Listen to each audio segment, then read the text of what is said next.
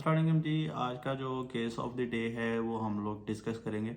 उसमें अंदर हमारे पास एक कैट आई थी जो कि चकवाल से हमारे पास प्रेजेंट हुई थी। हमने उसके इंस्टाग्राम पे स्टोरी भी लगाई।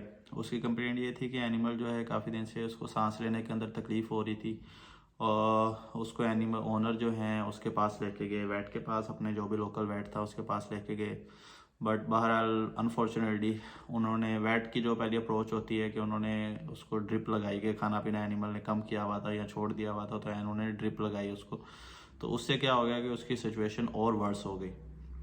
तो जब हमारे पास यहाँ पे प्रेजेंट हुए इस्लामाबाद, हमने उनके एक्सरेज किए, पता लगा कि उसको जो स्फीयर है, जो नमूनिया हुआ है, उसके पेट लंग्स के अंदर जो फ्लूइड है और इस तरह की जो सिचुएशन है वो चल रही है और उसको हार्ट के इश्यूज भी डायग्नोज हुए। तो इस सिचुएशन में जो हमने उसका ट्रीटमेंट किया कि हमने सबसे पहले तो उसका फ्लूइड ड्रेन करने की कोशिश की, उसको डायूरेटिक्स लगाए, स्टेरॉइड्स लगाए ताकि उसकी जो स्वेलिंग वगैरह कम हो। उसको ऑक्सीजन के ऊपर काफ़ी टाइम रखा क्योंकि एनिमल साइनोटिक हो रहा था, उसकी जो म्यूकस मेम्ब्रेन थी वो नीली पड़ रही थी, तो हमें उसकी ऑक्सीजन सप्लाई पूरी करनी थी। इसके अलावा ब्रोंकोडायलेटर्स थे वो उसको दिए ताकि उसको सांस लेने के अंदर जो तकलीफ हो रही है उसको सांस बहाल किया जाए। सबसे पहले हमारी अप्रोच ये थी कि उसका सांस बहाल करें। अब इस तरह के केस के अंदर जो सबसे पहले वेट्स या गलती करते हैं वो ये होती है कि आप एनिमल को पहले ही सांस लेने के अंदर तकलीफ है, आप उसको ड्रिप लगा देते हैं। ड्रिप लगाने से क्या होता है कि ऑलरेडी लंग्स के अंदर फ्लूइड है या लंग के अंदर जो एस्पायरेशन हुई हुई है, आप उसको इस तरह के केस के अंदर जब ड्रिप लगाते हैं तो उसकी कंडीशन और वर्स हो जाती है। तो जब भी आपके पास इस तरह के केस आए जिसमें एनिमल को सांस लेने के अंदर तकलीफ है या इस तरह का कोई मसला है, तो उसमें आपने एनिमल को जो है ड्रिप नहीं लगानी होती जब तक आप उसको स्टेबल नहीं कर लेते हैं। बहुत कोई मसला है, बहुत ज़्यादा ही इशू आ गया तो आप उसको सबक्यूटेनियस जो ड्रिप है वो स्लो लगा सकते हैं। उसमें क्या था, सबक्यूटेनियस की अब्जॉर्प्शन स्लो होती है, फिर आप उसको साथ डायूरेटिक दे सकते हैं ताकि उसको अगर फ्लूइड एक्स्ट्रा बॉडी के अंदर है तो वो यूरिन करके निकाल ले। अल्हम्दुलिल्लाह पर वो कैट जो है आफ्टर सक्सेसफुल ट्रीटमेंट वो सही हो गई और अब एक एक्टिव और हेल्थी लाइफ गुजार रही है।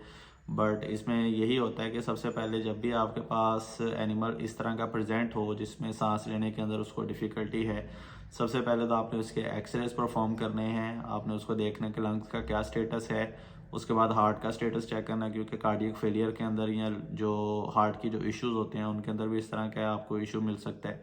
इसके अलावा आप एफआईपी को डायग्नोज कर सकते हैं। Wet form of the FIP भी इस तरह की सिचुएशन कॉज करती है। इसके अलावा आपको ये भी जो चीज़ इसके पीछे रीज़न हो सकता है कि एनिमल ने कोई चीज़ पिलाई हुई है, फॉर एग्जांपल कोई दवाई पिलाने की कोशिश की है तो वो लंग्स के अंदर वो चार डाल दिए ज़बरदस्ती। जैसे आप कहते कैट को या डॉग को ज़बरदस्ती दवाई पिलाएं तो पसंद नहीं करते, तो आप उसके सांस की नाली में डाल देते हैं जिसको जो है एस्पायरेशन नमूनिया जो कॉज कर सकता है।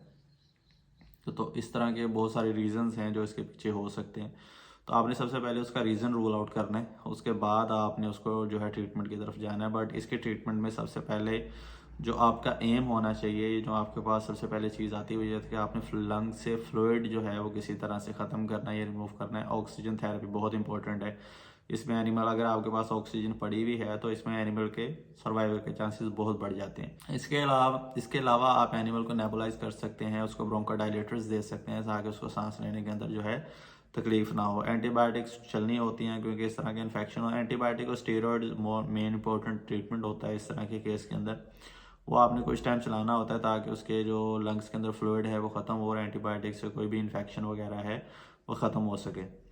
और सम टाइम अगर तो ये सिर्फ इस तरह का कोई जैसे नमूनिया है या ऐसी कोई चीज़ है, हार्ट का इशू है, तो काफ़ी रिजॉल्वेबल होता है। बट अगर एफआईपी की वेट फॉर्म है तो उसको ट्रीटमेंट करना या इस तरह के केस को ट्रीट करना बहुत मुश्किल होता है।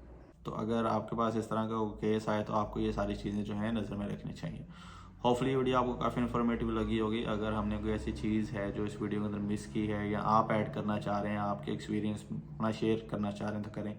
हम सब स्टूडेंट्स हैं, हम लोग सीख रहे हैं टाइम के साथ। हम अपना एक्सपीरियंस शेयर करते हैं, आप अपना एक्सपीरियंस शेयर कर सकते हैं कमेंट में कि आपके पास अगर कोई ऐसा केस आया या आपकी कैट के साथ ऐसा कोई केस हुआ था तो वेट ने उसके साथ क्या किया और उसके बाद के आउटकम्स क्या थे। Thank you very much. अल्लाह हाफिज़।